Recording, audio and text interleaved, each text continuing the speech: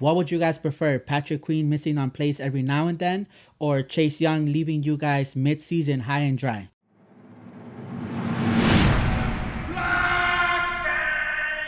What is going on, Ravens flock? My name is Drastic, and I want to welcome you guys back to another video on our YouTube channel, Flocking Ravens.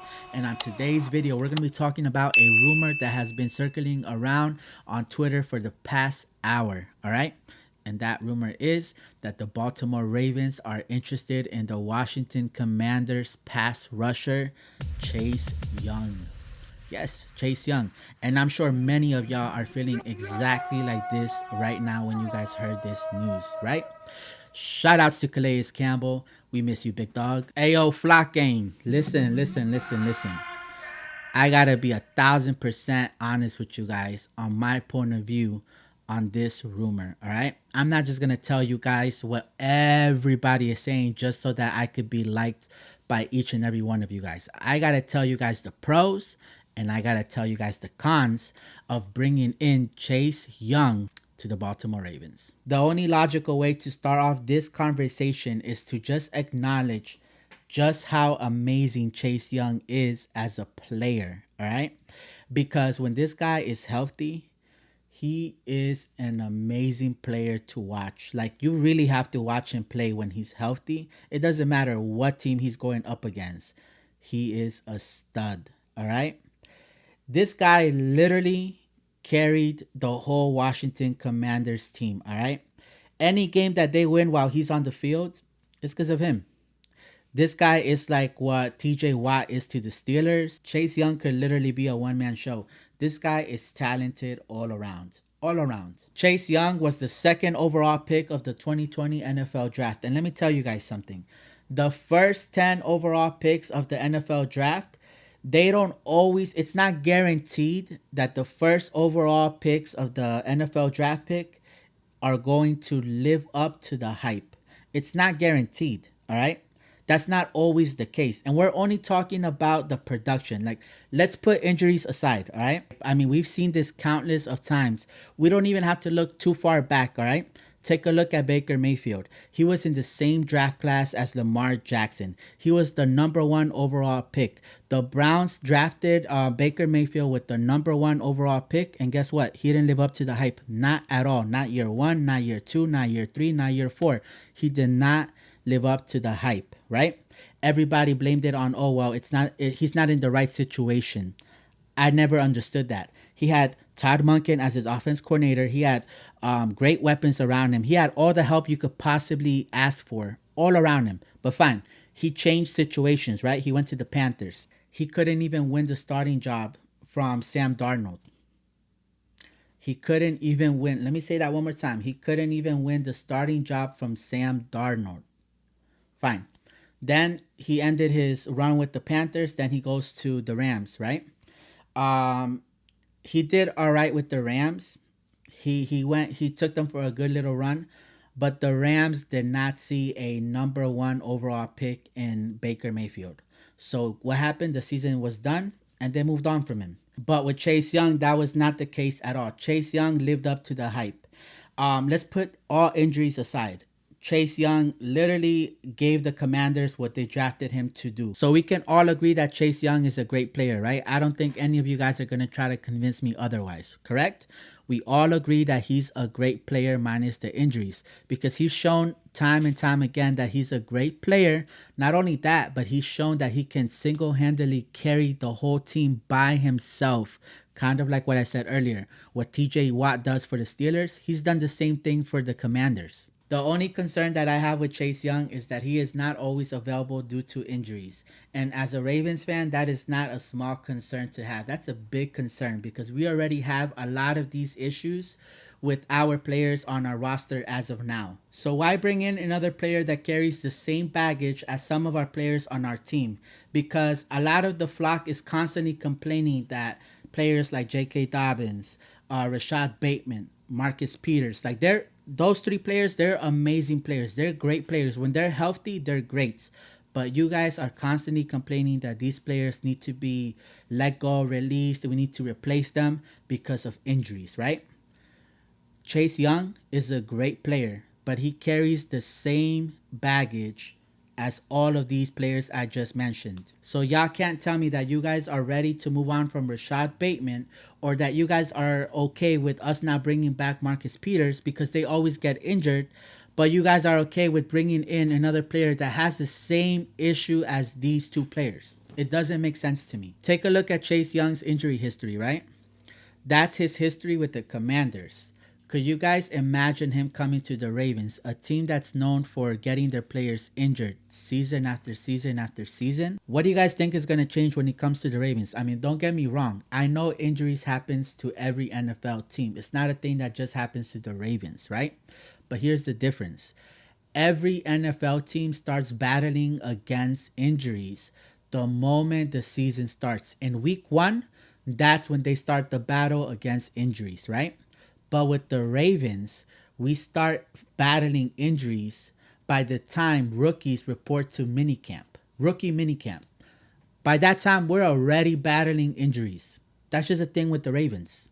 So bringing in a player like Chase Young, again, he's a great player. I'm not trying to say he's a bad player and for that reason we shouldn't bring him. No, I'm saying he's a great player, but we should not bring him because he has this history of getting injured. So what do you guys think is going to be different if we bring him to the Ravens? Of course, I would hope for the best if Chase Young was to join the Ravens, but I'm not willing to gamble Patrick Queen for Chase Young because that's the report. And I honestly believe, like, if we were to get Chase Young, that's the trade that we would have to make. Patrick Queen plus possibly some draft picks, right? That's where I think the minimum would be. Patrick Queen. I'm not willing to gamble Patrick Queen, a player that I feel has proven to us, because not his whole career, not his whole NFL career with the Ravens, no. But last year, the second half of last year's season, when we brought in Roquan, Patrick Queen played lights out. He played lights out, all right? And this year, he's only going to play better, okay? Because this year now, Roquan and him will have a full offseason of training together. And let's keep in mind, Patrick Queen is fighting for a contract, whether that's from the Ravens or any other team.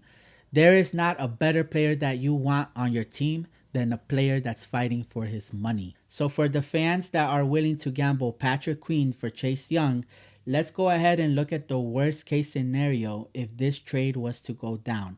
Because in life, if you want to ever be successful in anything, whether it's business or just anything related to life, right?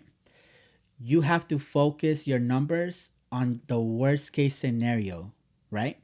And if that worst case scenario still puts you in a great position to succeed, then you go ahead and do that transaction or that decision. If it's something related to your life or business, whatever, you go ahead and make that decision, right? So let's look at our worst case scenario if we trade Patrick Queen. Patrick Queen has shown us that he's capable of playing next to Roquan Smith at a high level. He's also shown us that he's capable of playing a full season without missing months, weeks due to injuries, right? He's shown that already. So you're going to ship all of that out to bring in Chase Young, right? So this is the part where we're going to start looking at the worst case scenario. And what's the worst case scenario if this trade does happen? Chase Young gets injured, right? We can't predict what week he's going to get injured. So just for the sake of the video, let's give him a little over half of the games. We're going to predict that he's going to get injured by week 9, right? So obviously while he's healthy, Chase Young is going to ball out playing next to Roquan Smith, Marcus Williams, Kyle Hamilton, Marlon Humphreys. That whole defense, he's going to play lights out, right? He's going to help the Ravens win. All right. So Chase Young is going to help us beat the Texans. That's 1. The Bengals, 2. The Colts, that's week 3. The Browns, that's week 4.